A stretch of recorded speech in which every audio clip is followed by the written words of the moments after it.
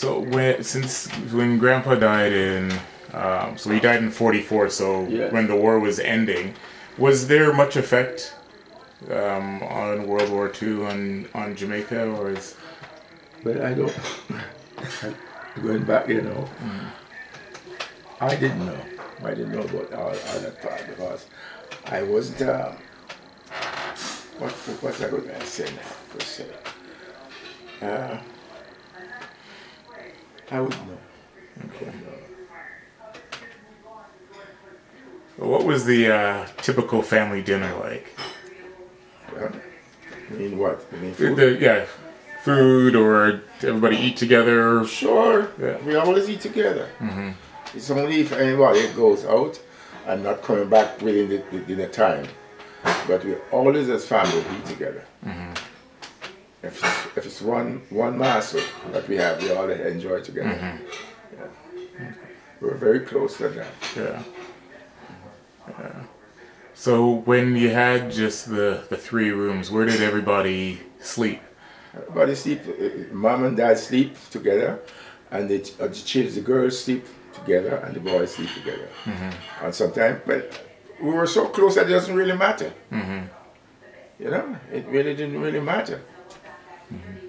It's not like if you have a special room for the girls and the boys. Yeah. The boy could end up in the girl room and the girl could end up in the boys' room. But I'm quite sure Rupert and I used to sleep together. Where Hector used to sleep, yes.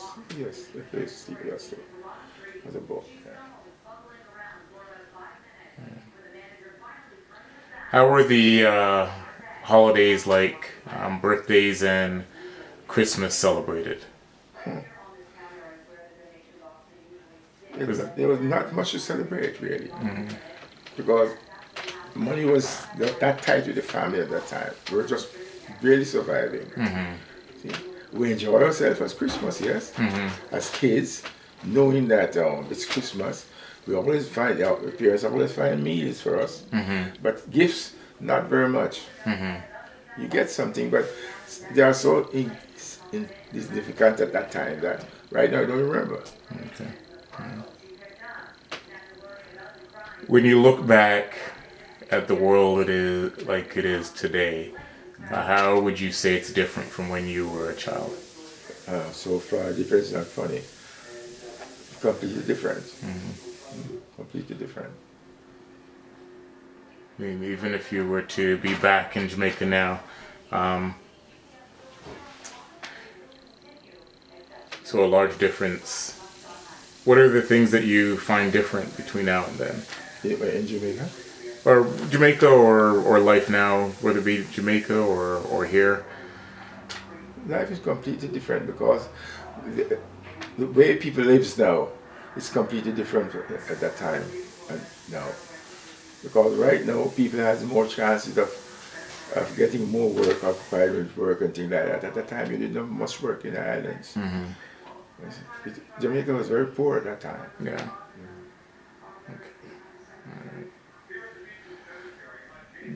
What do you know about the family surname?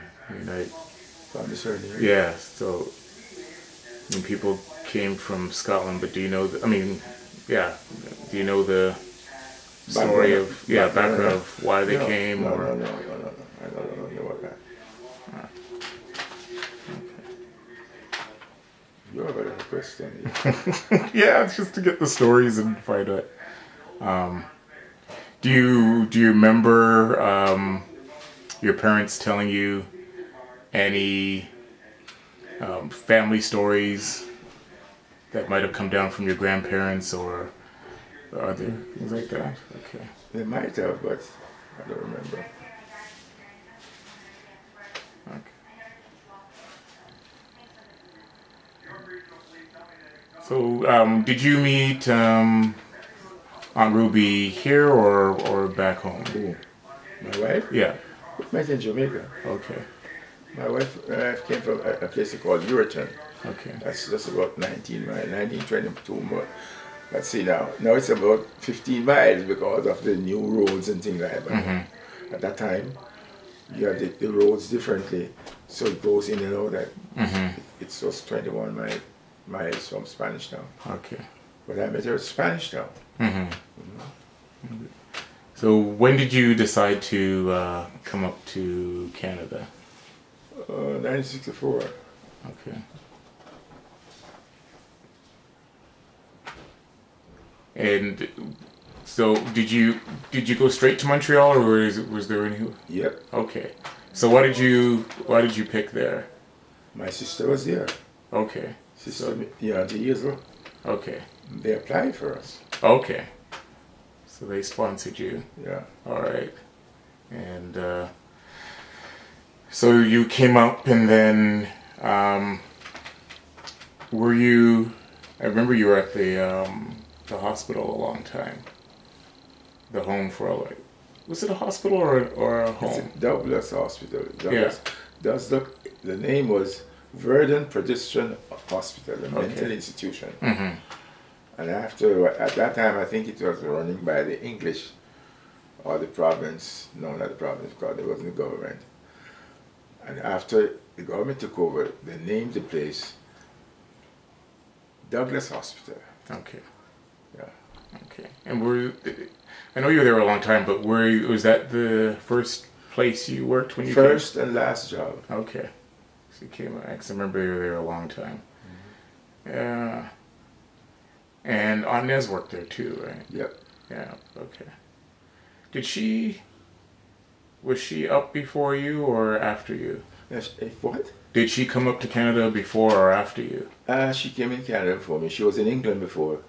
She left from Jamaica, go to England. She immigrated from England to Canada. Okay. And she got here before me. Okay. So I had two sisters in Montreal, and then Mom would have been out this way. Yes. Yeah. She was in Toronto, yes. Yeah. She and our cousin dear Palmer, they came from England. I think the Palmer was here before. I don't know what the situation between them at the time. But they was living out in Toronto, yeah. Okay. Yeah. Auntie Nez and Auntie Hazel with her husband Cliff, and then Winston, and then I think Winston came up before me, yes. And then I came up after. The family gradually import each other then. So only Aunt Rosa stayed. She was in Jamaica because she was running a business. Yeah. But everyone else left. Uncle Hector went to the States. Yes, he came up through Canada and go into the States. Oh, okay. Because I think if not, he came up as an immigration in Canada and get his immigration paper here and becomes a Canadian citizen and get down. I think that's how it goes. I think that's how it should go. Okay. So what was it that you did at the hospital again? Teaching woodwork. Okay, yes, I remember that. Yeah. So were there any, you're teaching woodwork at a mental institution. Was there any ever scary moments? Oh, always. Yeah. So much scary moments that sometimes you don't even remember them. You have to try to remember the more serious ones. Yes. We had a patient by the name of Gordon Spence. He hallucinates a lot. And the day we had these patients sanding chairs and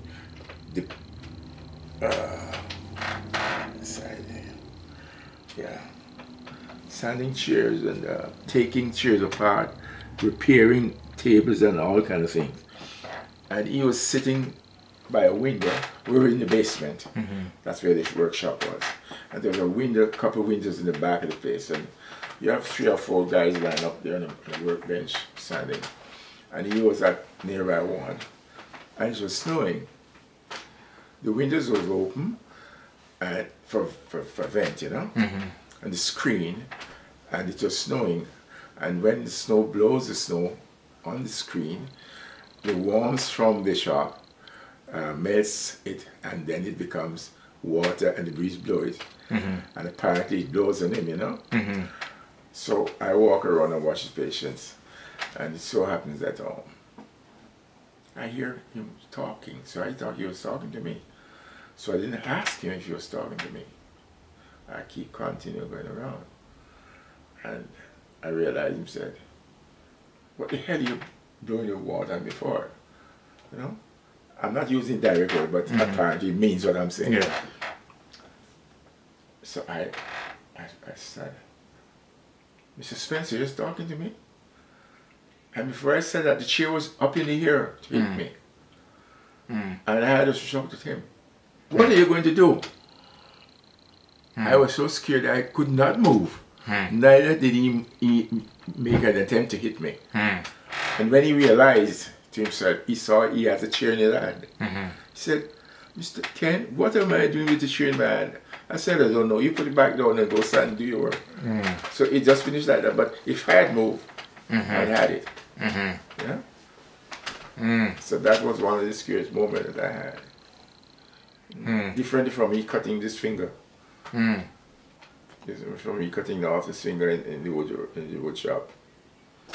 So how did that happen? Well, we were using a jointer at the time, and the piece of plank had a notch on it, and while pushing the wood like that, the notch catch the blade up there before, you know, because my hand way back here. And after the notch catch the blade, the wood jumps in, and my finger touch on the blade. Because the blade is spinning, you know, and just touch it like that and take off 7 pieces like a little piece of bacon. All right, that's what it. Wow. Wow. Yeah, stuff like that happens quick. So when you had your sons, why did you choose their names? Yeah, that's a hard question to answer, because you never plans to have kids. You have them, and when you have them, then you pick a name. You didn't go pick names specially, and then you have them waiting for you. You know what I mean? Yeah. So the work that you did there, did you like doing it? Very much so. Okay. So never any regrets in wanting to do something else, or? No, very satisfaction, because it came from my background working in construction as a carpenter before. So coming up and get a job. First, when I started, I wasn't in teaching woodwork. I was doing therapy assistant. I was a therapist assistant. Just keeping patients occupied with scrapbooks and papers and little toys and things like that. But the department changed, and I encouraged my supervisor that we could do better. And we did do better. Good.